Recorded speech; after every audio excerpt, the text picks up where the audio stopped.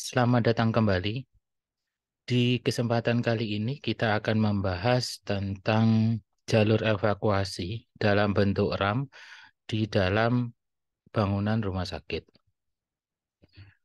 Kalau kita lihat latar belakang pembahasan RAM, jadi yang pertama itu kecenderungan bangunan rumah sakit sekarang itu bukan lagi bangunan horizontal atau satu lantai.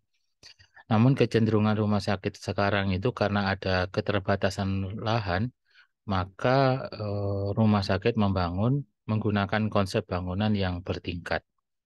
Sehingga untuk menghubungkannya diperlukan transportasi vertikal.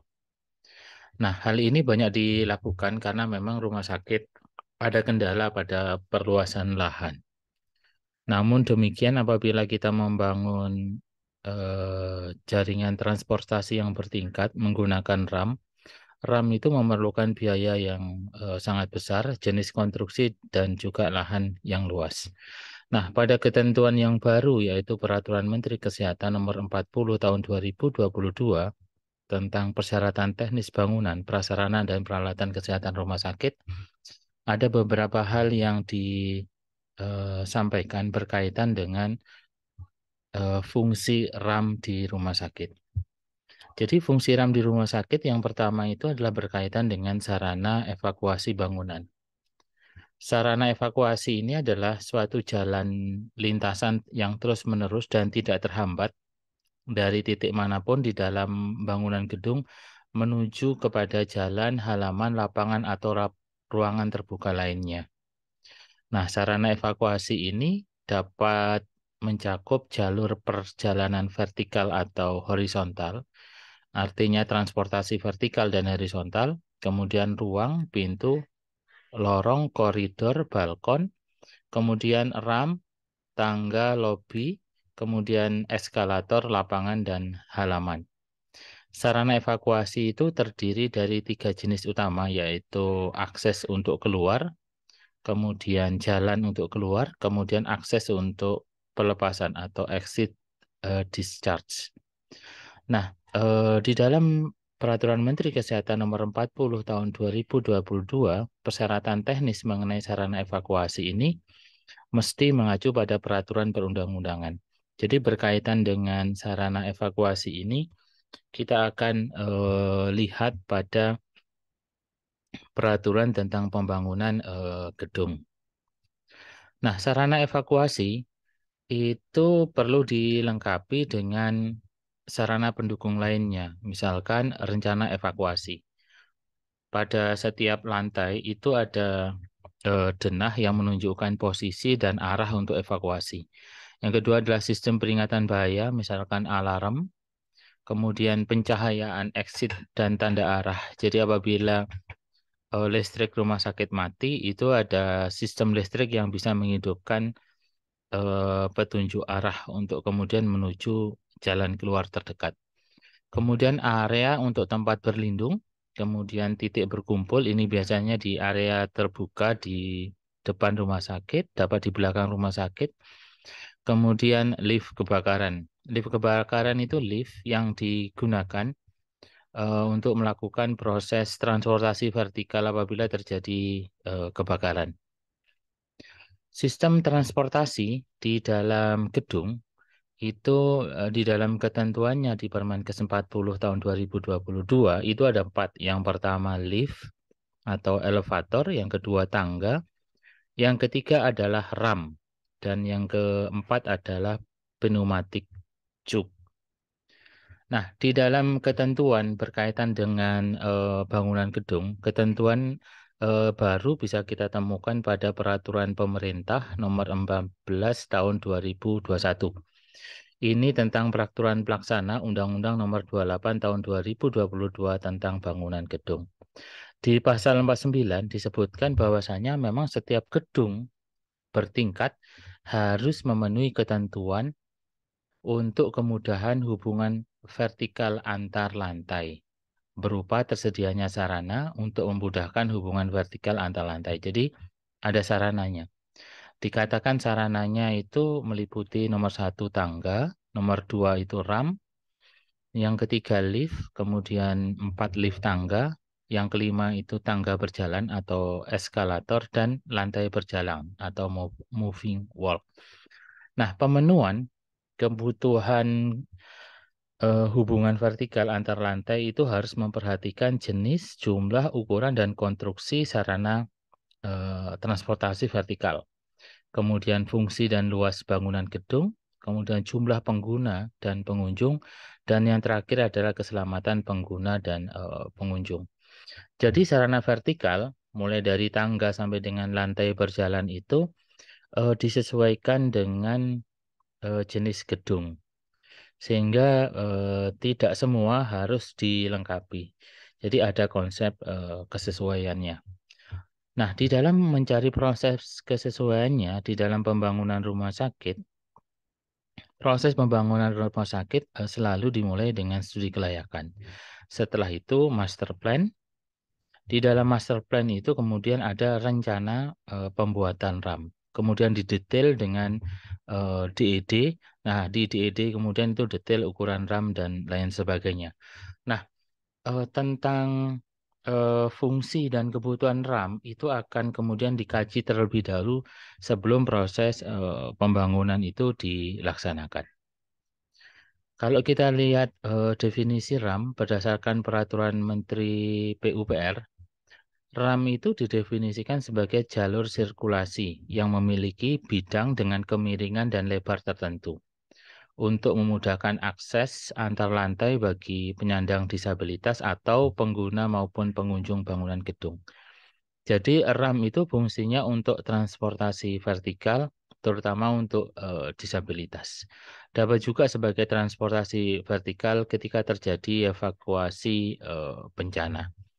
Nah, perancangan dan penyediaan RAM harus memperhatikan keselamatan, kenyamanan, dan kemudahan pengguna dalam mencapai lokasi. Kemudian posisi dari RAM harus mudah terlihat dan memiliki kelengkapan rambu yang jelas dan informatif. Kemudian tingkat kemiringan RAM diatur sedemikian rupa dan dianjurkan landai dengan tekstur tidak licin agar mudah digunakan dan tidak membahayakan. Di dalam ketentuan Peraturan Menteri Kesehatan Nomor 40 Tahun 2022, peruntukan RAM itu bisa terbagi menjadi dua. Satu, RAM untuk pengguna bangunan gedung. Yang kedua adalah RAM di luar bangunan gedung. RAM yang di dalam gedung untuk penggunaannya bisa untuk transportasi pengguna bangunan ataupun pengunjung bangunan. Itu memiliki kelandaian 6 derajat. Dan perbandingan antara tinggi dan kemiringan itu 1:10. Kalau di luar bangunan gedung, kelandaiannya itu 5 derajat. Atau perbandingan antar tinggi dan kemiringannya itu adalah 1:12. Lebar RAM efektif di rumah sakit tidak boleh kurang dari 180 cm. Kemudian di tepi RAM itu ada pengaman atau casting. Paling rendah itu memiliki ketinggian 10 cm dan berfungsi sebagai pemandu arah bagi penyandang disabilitas, netra, dan penahan roda kursi agar tidak terperosok keluar dari RAM. Kemudian RAM dibuat dengan permukaan datar di awalan dan di akhiran, dan permukaan lantai RAM harus bertekstur, tidak licin, dan dilengkapi dengan ubi peringatan. Dan paling sedikit memiliki panjang permukaan yang sama dengan lebaran. Kemudian awalan dan akhiran RAM tidak disarankan berhadapan langsung dengan pintu masuk dan keluar bangunan gedung. Karena awalan dan akhiran RAM itu tidak boleh ada halangan. Jadi tidak boleh kemudian RAM itu ditutup menggunakan pintu. Kemudian setiap RAM dilengkapi dengan permukaan datar sebagai tempat istirahat. Jadi misalkan RAM dari lantai 1 menuju lantai 2 itu tidak bisa langsung dalam satu RAM yang satu garis RAM. Jadi tidak langsung dalam satu garis ram. Jadi dia itu harus dibuat dua garis ram. Di antara dua garis ram itu kemudian ada titik tempat yang datar untuk tempat beristirahat begitu. Sehingga ramnya itu berputar begitu sifatnya. Kemudian ram harus dilengkapi dengan dua lapis pegangan rambat atau handrail yang disesuaikan dengan kebutuhan. Jadi kalau anak itu 65 cm, kalau dewasa itu 80 cm. Kemudian pegangan ram harus memenuhi standar ergonomis yang aman dan nyaman untuk digenggam serta bebas dari permukaan tajam dan kasar. Kemudian di dalam pegangan ram itu ada jarak bebas antara dinding dan pegangan ram. Paling sedikit itu adalah 5 cm. Apabila ram itu pada jalur pedestrian, itu memiliki lebar paling sedikit 125 cm dengan kelandaian paling besar 6 derajat. Ram untuk angkutan barang itu kelandaiannya paling besar 10 derajat dengan lebar dan disesuaikan dengan fungsinya. Kemudian RAM harus terlindung dari cuaca, sehingga apabila RAM itu berada di luar bangunan, maka harus dilindungi dari percikan-percikan dari air hujan. Karena apabila RAM itu licin, maka resiko untuk terjadinya kecelakaan akan tinggi.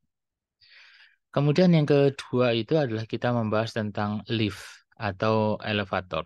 Ketentuan lift atau elevator itu kalau kita lihat kembali itu ketentuannya sama dengan ketentuan Permenkes 24 tahun 2016 yang dicabut dan dinyatakan tidak berlaku. Yang pertama itu lift itu adalah merupakan sistem transportasi vertikal sama dengan RAM. Kemudian lift itu dibagi tiga, yaitu lift pasien, lift pengunjung, dan lift service. Kemudian yang kedua, jumlah dan kapasitas serta ukuran dan konstruksi lift harus berdasarkan fungsi dan luas bangunan rumah sakit. Apabila lift pengunjung digunakan sebagai lift pasien, maka ukuran lift pengunjung harus sama dengan ukuran lift pasien.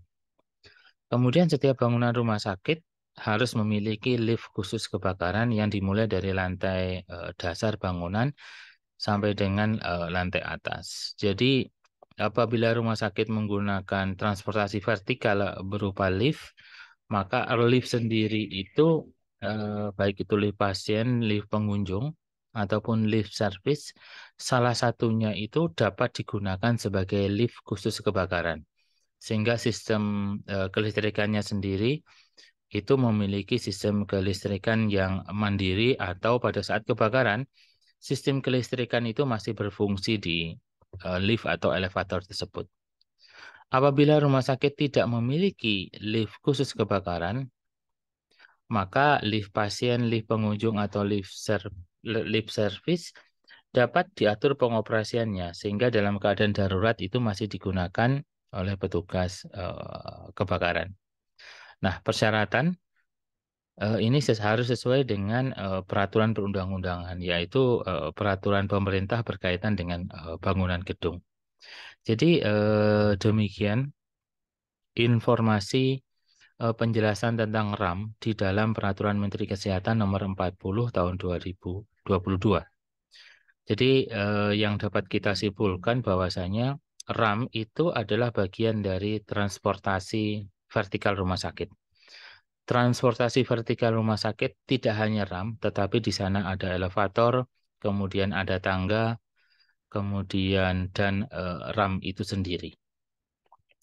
Nah, rumah sakit di dalam kaidahnya itu tidak ada ketentuan di mana ada kewajiban membuat RAM.